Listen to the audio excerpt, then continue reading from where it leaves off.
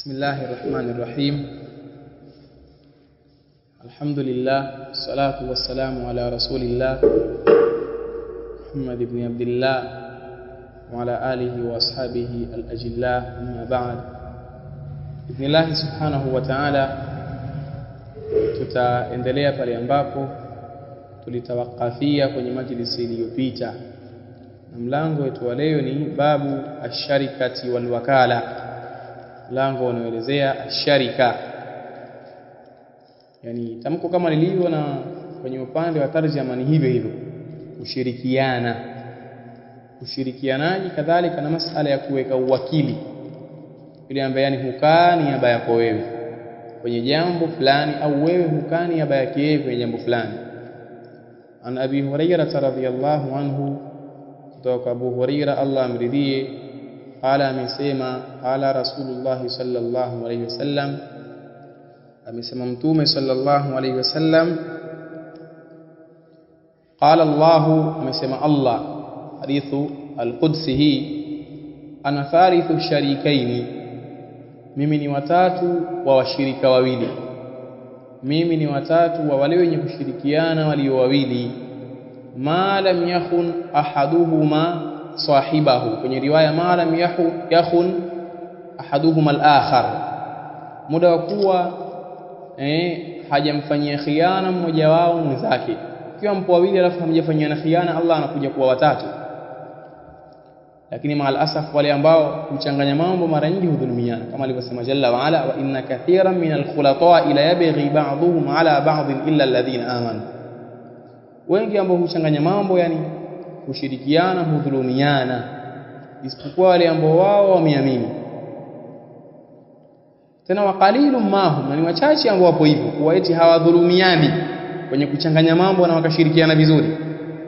Allahu musta'an. Fa idha khana kharajtu min bainihima, atakapomfanyia khiana mmoja kati ya wawili hao mwenzake, basi mimi natoka baina ya wawili. Rifiki yapokea al-Imam Abu Daud na akaisahihisha al-Imam al-Hakim, lakini katika mambo ambayo anayataja al-Imam Ibn Uthaymeen au faqih al-Asr rahmatullahi ta'ala alayhi, yakuwa yadullu al-hadith ala jawaz ash-sharika, hadithi hii yajulisha juu ya kujuzu kushirikiana. Wa wajhu dhalika anna Allah yakunu thalitha sharikaini, na wajhu wa hilo ni kule kuwa Allah kwamba anakuwa yeye ni watatu wa wale wanaoshirikiana wawili. Idha intafatil khiyanatu bainahuma, itakapokosekana na kukanushika khiana baina ya wawili hao. Kadhalika walhathi ala al-amana, na hadithi yajulisha juu ya mahimizo kunako jambo la uaminifu. Wa anna al-amina yusaddiduhu Allahu azza wa jalla, na kwa muaminifu Allah humpa tawfiki yeye, mtu ambaye ni muaminifu. Watahdhiri min al-khiyana, hadithi yajulisha juu ya kuna kutahadhari juu ya swala zima la khiyana. Wa anna al-insana idha khana nuzi'at minhu al-baraka, na kwa mwanadamu atakapofanya khiyana hutolewa kwake baraka. Watakhalla Allahu anhu, na Allah hujitenga naye. Kadhalika wama baluka bi shay'in takhalla Allahu anhu, ni hasa nipi habari, anasema nipi habari kuhusu jambo ambalo Allah kajitenga nalo. Fayakunu alayhi damar wal khasara, huwa juu yake hilo jambo maangamivu na hasara. Kuhusu kufanyia watu khiana, hiyo jambo sio zuri. Wa Anis-Sa'ib al-Makhzumi radiyallahu anhu, kutoka kwa sahaba As-Sa'ib al-Makhzumi Allah amridhie, annahu kana sharika an-nabii sallallahu alayhi wasallam, kwamba yeye alikuwa ni mshirika wa mtume sallallahu alayhi wasallam. Qabla al-ba'tha, na husoma qabla al-bi'tha, kabla ya kutumilizwa mtume. Kabla ya kutumilizwa mtume alikuwa ni mshirika wake.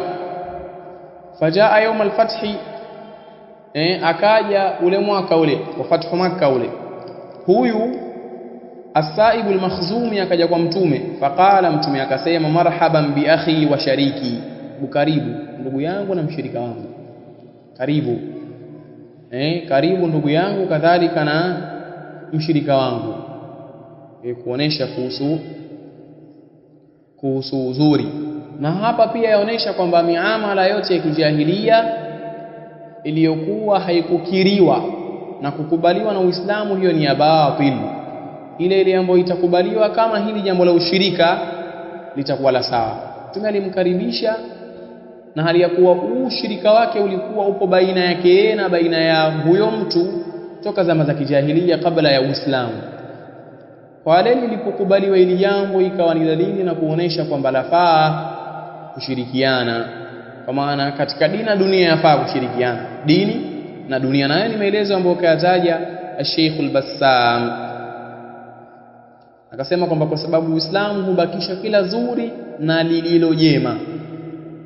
Kadhalika wa Abdullah ibn Mas'ud radhiyallahu anhu qala, kutoka Abdullah ibn Mas'ud Allah amridhia, amesema ishtaraktu ana wa Ammar wa Sa'd fima nusibu yawm Badr, tulishirikiana mimi na Ammar na Sa'd, Ammar ibn Yasir na Sa'd ibn Abi Waqqas, kadhalika kwenye yale ambayo tutayapata sisi kwenye vita vya Badr tulishirikiana. Lakini hadithi imeelezea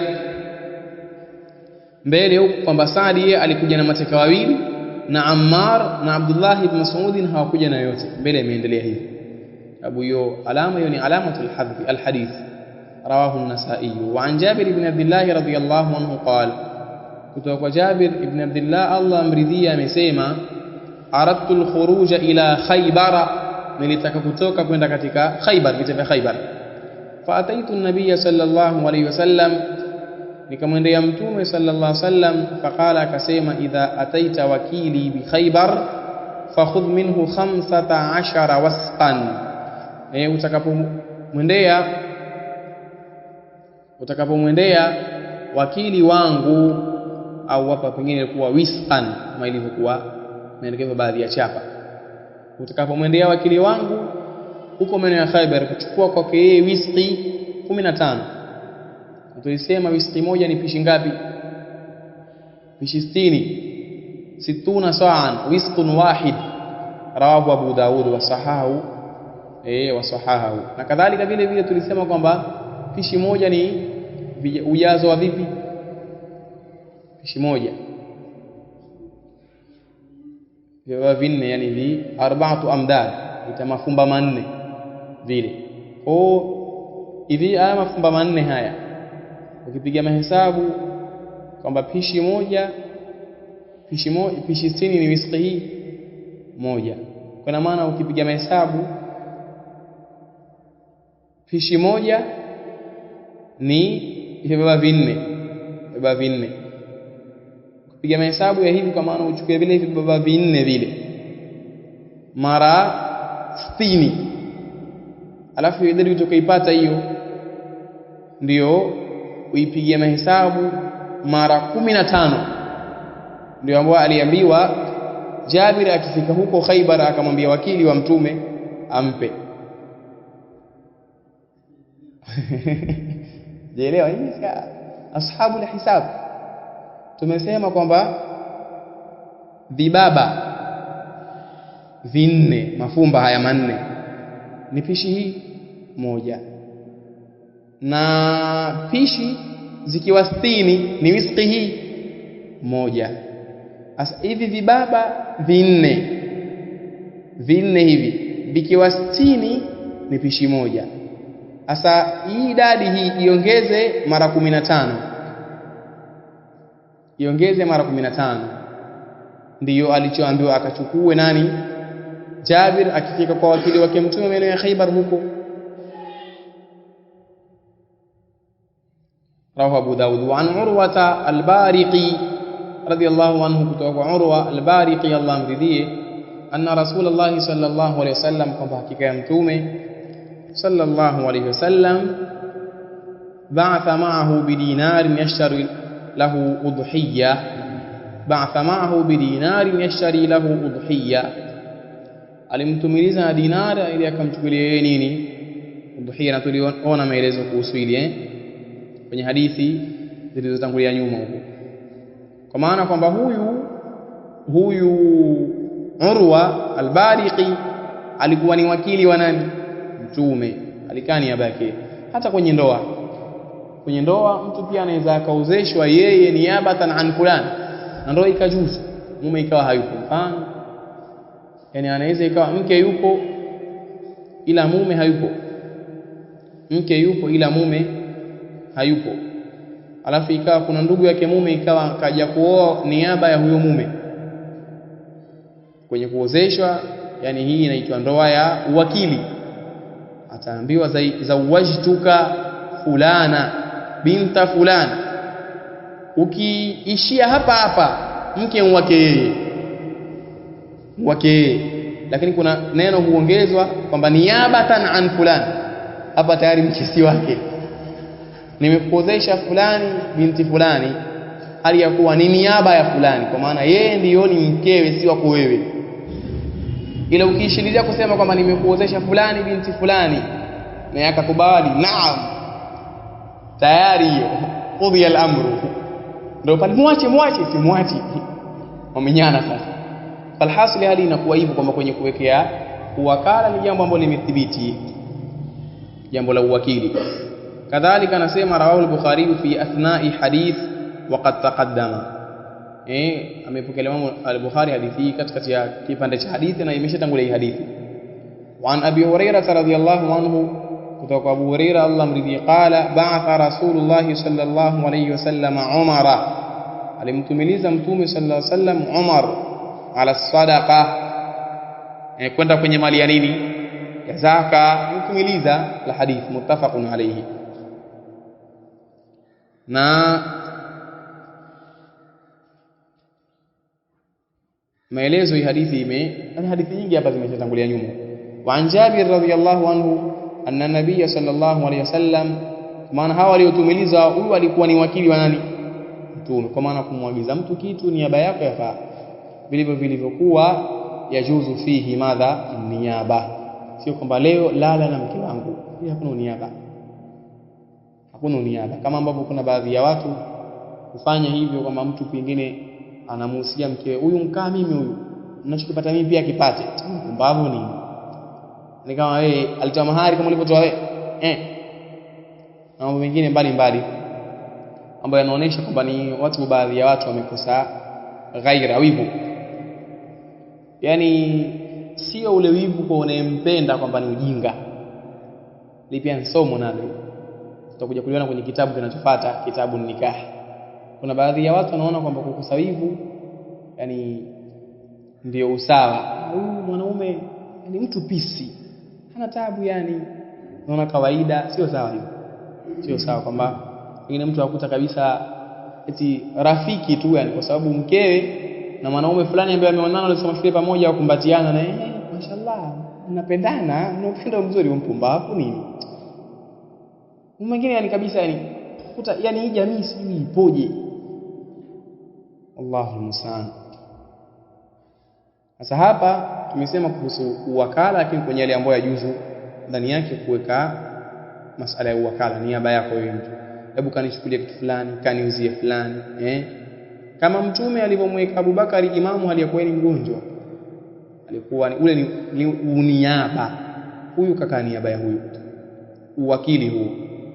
Anna nabiyya sallallahu alaihi wasallam nahara 63, wa mtume sallam alichinja wanyama 63, 63 wanyama 63. Wa amara aliyan an yadhbaha albaqi, ilikuwa ni albaqiya lakini kwa sukuni albaqi, na akamwamrisha Ali achinje waliobakia.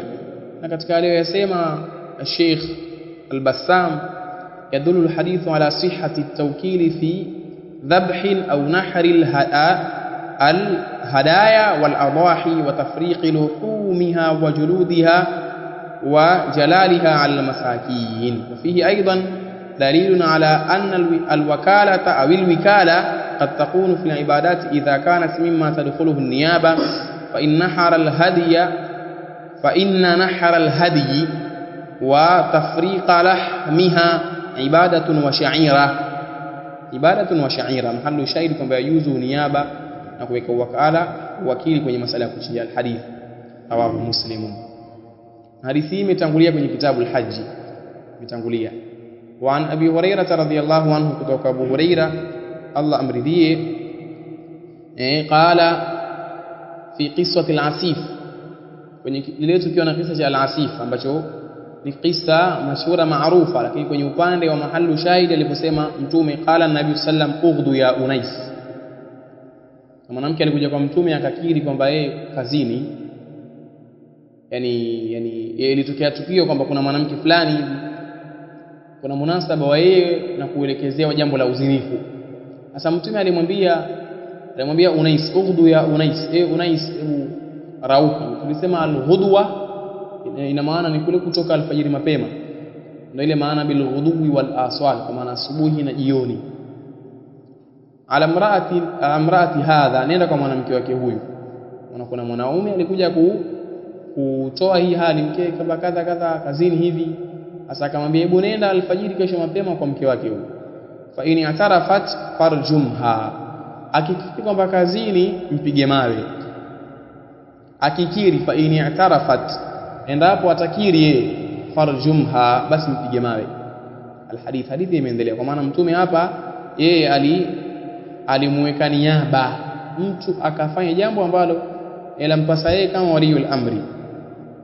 Lakini mlango unaokuja ni babul iqrar, mlango unaelezea kuhusu kukiri. Na hapa sisi binadamu tunatokewa na hali ya makosa kwa namna moja ama nyingine. Haitakiwi mtu akikosea akajitia ubishi kwamba umekosea alafu wajifanya kwamba wewe hujakosea. Kiinsafu, kubali umekosea, sababu sio mkamilifu, wewe ni mwanadamu. Na ndio maana pia atakiwa pia mtu ambaye anatoa hoja kuhusu kwamba umekosea akupe ubainifu, sio ishilizie tu umekosea, akupe ubainifu kwamba wewe umekosea kadha, na hivi ndio maisha yanakuwa ya sawa baina ya Uislamu. Na sio tu kuanza kukaliana na shamata na tayari baghdha na adawa baina ya watu, chuki na baadhi ya mambo ikawala sio sawa, na mengineyo mengi katika mambo ambayo yanaonyesha wazi kama kuna baadhi ya watu wana ile hali ya nini, wana hali tu ya chuki. Hii tabia sio tabia sawa.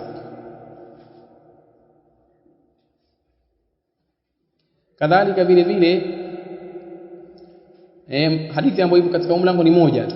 Wa an Abi Dharr radhiyallahu anhu, kutoka Abu Dharr Allah amridhie, qala amesema qala lin nabiy sallallahu alayhi wasallam, alisema kuniambia mimi mtume sallallahu alayhi wasallam, qul haqqa walau kana murra. Hadithi hata watoto wanajua hadithi yani kwamba katika hadithi ambazo unajua watoto wanatafutia vile hadithi vifupi, sema haki hata kama ni chungu. Na hapa pengine hapa wamegombana gololi ya watu wa hadithi, watoto bwana. Sahahahu Ibn Hibban fi hadithin tawil, hapo hivi kabisa akisema uongo tu. Mtume akasema ayatul munafiqi, atadalili huyu muhaddith al-asri kwa sababu tukadhulumiwa gololi. Hadithi zote zinatokana, kuna watu yani mpaka akidhulumiwa ndio akumbuka dini. Zile aya zilizaja vizuri, yani siku zote hajui aya hata moja, lakini akidhulumiwa tu zateremka aya. Hii dunia hii hadatu wa mal hayatu dunya illa mata'ul ghurur. Hii dunia tu, dunia tena. Hebu angalia Allah kaipigia mfano, inama mathalul hayati dunya kama in atoa aya huko sababu kadhulumiwa. Lakini wakati kaka zake maskani ya dhulumu watu, kimya hafanyi kitu yani. Ndio maana kuna baadhi ya watu yani pia ukitaja kuhusu baadhi ya sifa za watu walivyokuwa na khiana, utakuta baadhi ya ikhwani yani Allahu yahdina wa iyahum, yani akitokea na jambo kama ilivyo yajulikana kama ukiokota jambo kisheria sehemu kama hii, yajulikana kuna watu ila nini lapasa utangaze hicho kitu, lakini ajua kutaka watu watangaze wakiokota wao tu. Akiokota yeye kimya ni kuna mtu yani anaweza akapoteza 100 yani sakangoto mzima ikajua kama leo fulani kapoteza 100, lakini akiokota hata laki kimya, alhamdulillah, hali si mbaya, maisha yanaenda. Kutawakkal kwa Allah, yani hapa apiga mafumbo kwa kuokota pesa, tawakkal kwa Allah. Lakini ye atasema waumini si watu wema, 100 una mahesabu nayo, aichukua tu hivi hivi, na kumbe aliipoteza. Kwa hiyo hali hii si sawa. Pia mtu aseme haki, kuna wakati jambo linakuwa lipo dhidi yako, lakini kuwa mkweli, kuwa mwaminifu, kuwa mkweli, na hiyo ni alama ya kwamba wewe ni mtu ataka khairi. Kuwa mkweli, yani si kitu bwana mimi nilikukosea ndugu yangu, hebu niwie radhi. Kuwa mkweli, nakiri hilo, na wala isiwe pia kwamba yani watafuta namna wewe mwingine pia kwa mwenzako tu umtuhumu jambo ambalo huko nalo. Isifa sio sawa, sio sawa, sababu kuna leo na kesho. Kuna wakati unaweza ukamtuhumu mtu jambo hayupo nalo, alafu ikawa mbele ya Allah jalla wa ala ikafikia hatua kuja kusamishwa kwa kosa la kusema, kama alivyosema mmoja kati ya wasemi, ama wallahi inna dhulma la'mun wa ma zala al-musii'u huwa adh-dhalumu ila dayani yawm ad-din namdi wa 'inda Allah tajtami'u al-khusum. Yani asema kwamba majueni kwamba dhulma ni jambo ambalo lina nuksi na shukmu mbaya, na hajaacha kuwa aliyekosea ndiye aliyedhulumu, aliyekosea ndiye aliyedhulumu, kwa sababu kwa Allah jalla wa ala tuelekea siku ya kiyama na mbele yake yeye, wa inda Allah, na mbele ya Allah tajtami'u al-khusum, ndio kutakusanyika mizozo, huyu hivi, huyu hivi, huyu hivi, huyu hivi. Hata kisa cha yule mtu ambaye ni muflis, na kadhalika pia vile vile kile tukio la mtu mtu alielezea kuhusu mpaka mbuzi, fa yukta bishati alqarna ila shati aljalha, mbuzi aliyekuwa na pembe ataletewa baina ya yule mbuzi aliyekuwa hana pembe alimpiga duniani, haya anaweka upigwe ala pembe, kisha kunu turaba baada ya kula pembe kwanza. Kwa hiyo kuwa mtu atakiwa pia awe munsif kwenye jambo, kukosea kuwa mkweli, nimekosea, yani ule ubishi ule kwamba kuja kukosea nini, yani hii ni dini, sio mechi, sio mechi, yani kwamba yani ukukubali kushindwa ni udhalili. Hii ni dini. Kitu umekosea, wewe ni mwanadamu, bwana mimi nilikosea hapa, kama ndugu yangu nilikukwaza, ni radhi kadha, maisha yaende. Na pia katika sifa iliyokuwa mzuri, mtu akikiri usijaribu kujiweka na bifu, basi tu basi usikasha kubali kosa, kubali na wewe. Yeye alisema kama kakosea, basi kubali kukosea, sio kwa nini kwa hujui kila siku akosea wewe tu. Kama hivyo pia mambo mengine pia sio ya sawa, na tabia nyingine mbalimbali. Hadithi hii ameisahihisha Imam Ibn Hibban kwenye hadithi iliyokuwa ndefu. Mlango unaokuja ni babu al-ariya, mlango unaelezea al-ariya. Al-ariya unwani yake ibahatu aynin mamlukatin liman yantafi'u biha ala an turadda ba'da al-intifa'i biha. Nasema ni kule kuhalalisha kitu kilichokuwa kimemilikiwa kwa yule ambaye atanufaika kwacho, juu ya kwamba atakirejesha baada ya kunufaika kwacho. Kiswahili sawa sana kusema kuwazima, anufaika nacho kitu kisha baadaye mtu anakuletea. Mlango unaelezea masala hayo. An Samurata binti Jundub radiyallahu anhu, kutoka Samura binti Jundub Allah amridhi, qala, amesema qala Rasulullah sallallahu alayhi wasallam, amesema Mtume sallam, ala al-yadi ma akhadhat hatta tuaddiyahu, ni wajibu juu ya ule mkono, ni wajibu juu ya ule mkono kwenye kile kilichochukua huo mkono mpaka itakapokitekeleza.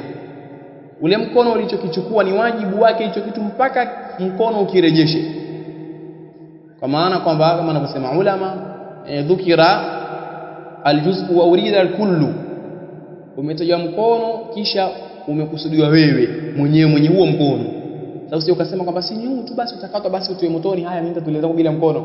Maana kuna watu jitia hawana akili, hakuna watu kabisa kujitia hivyo, kwa sababu utakuta mfano kama hadithi za Isbali, ma asfala min al-ka'bayn, kilichozidi fa fi nari, kumbe kilichozidi si mia motoni. Ajitie eti kwamba ajitie, hajielewa, ni ajizima data, kumbe si mimi, yani ni hiyo nguo yenyewe iliyozidi hiyo. Basi ataka nini? Asema kwamba sinaivua tu, namvulia tu Allah itie motoni, haya kisha kazi. Wewe huna akili wewe. Ndio maana Sheikh al-Basama akasema, wa maanahu anna al-adhaba munsabun ala sahibi madha, ala sahibi thawbi, maana yake ni kuwa ile adhabu itamiminwa kwa mwenye nguo, yani kwa maana kwamba hiyo nguo imejiburuta yenyewe, umeburuta wewe, twende hivyo hivyo. Sasa kiakili za kishetu siapo, kama ni nguo wewe ndio uliiburuta au nguo imejiburuta yenyewe, wewe ndio uliiburuta. Kwa hii inatokea pia sometimes kwamba hukumu ikaegemezwa kwenye kitu ambacho hicho kitu ni sehemu katika kitu. Hivyo hivyo kama hapa mkono, kwa kusudia mwenye mkono. Hadithi imepokea al-Imam Ahmad na al-Arba'a, mtauliza wasahahu al-Hakim, na amesahihisha al-Imam al-Hakim. Na kadhalika vile vile katika mambo ambayo yanapatikana katika hadithi, Sheikh Ibn Uthaymeen anasema yadullu hadithu ala hirsi al-islami ala adai al-amana. Hadithi yajulisha juu ya pupa ya Uislamu kwenye kuna kutekeleza amana. Uislamu ni dini ya uaminifu. Sasa pia hivyo katika mambo ambayo ni ya kushangaza, mtu Muislamu ajitia kwenye siasa alafu ahidi tu asahau kwamba kuna dhima ya kutekeleza. Yaani mtu aongea jambo mpaka washangaa, yani atatekeleza ili huyu, yani kwa sababu tu uko pesa ile maiki ina sukari, akiongea vile sije kidogo apata sukari, akidanganya. Yani hivyo kabisa. Kuna baadhi ya watu wanakhiana mpaka wamuuliza wewe ni Muislamu, haya masuala ya siasa hayakuhusu, haya si ya Kiislamu haya, wewe kama hayakuhusu waingia kisha wadanganya, waingia kwenye siasa kisha wadanganya watu. Lakini tu kabisa asema eti nikipata uongozi mimi nitajalia haya mabomba ya mtaa wangu yatatoka maziwa. Wewe mchi Allah wewe, maziwa kama mabomba yatageuka maziwa ya ng'ombe, yale matiti ya ng'ombe au na mengine mengi sana. Kwa hiyo pia mtu awe na insafu. Na mengine mengi, kama nitajalia mimi bahari iwe soda. Wewe soda afumika hii miti ya boflo wachukua papa wanywa chai basi hapo. Na uongo mwingine unajua kabisa kama huyu mtu kabisa adanganya. Kuna wakati kabisa muongo mmoja unajua kabisa anadanganya bwana. Ana sometimes unaweza kumdanganya mtu kama wajizima data wajitia hujui kawadanganya. Lakini kuna wakati mdanganyaji na mdanganywaji wote wajua kama hapa bwana, hapa hizi ntambi hizi. Tena moto. Na mengine mengi. Wa Abi Hurairah radhiyallahu anhu, kutoka kwa Abu Hurairah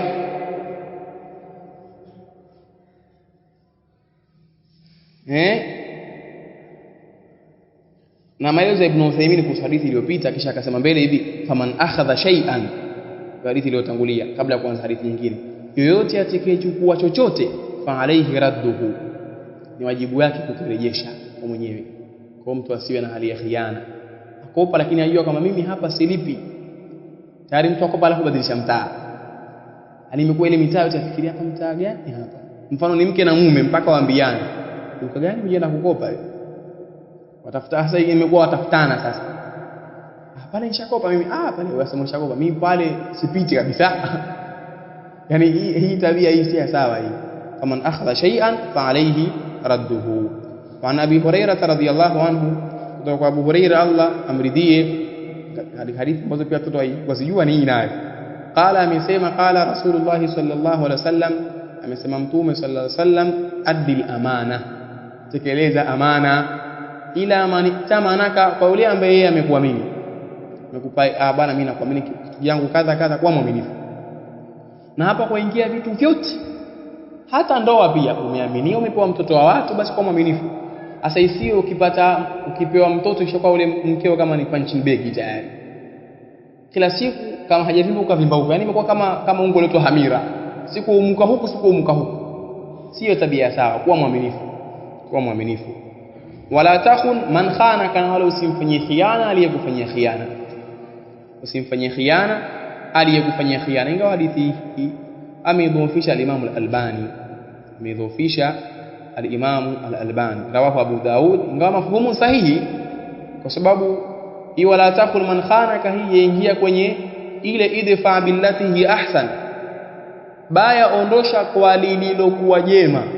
Hivyo na kadhalika Allah alivyosema faman afa wa aslaha fajruhu ala Allah, atakayesamehe na akafuta malipo yake ni kwa Allah.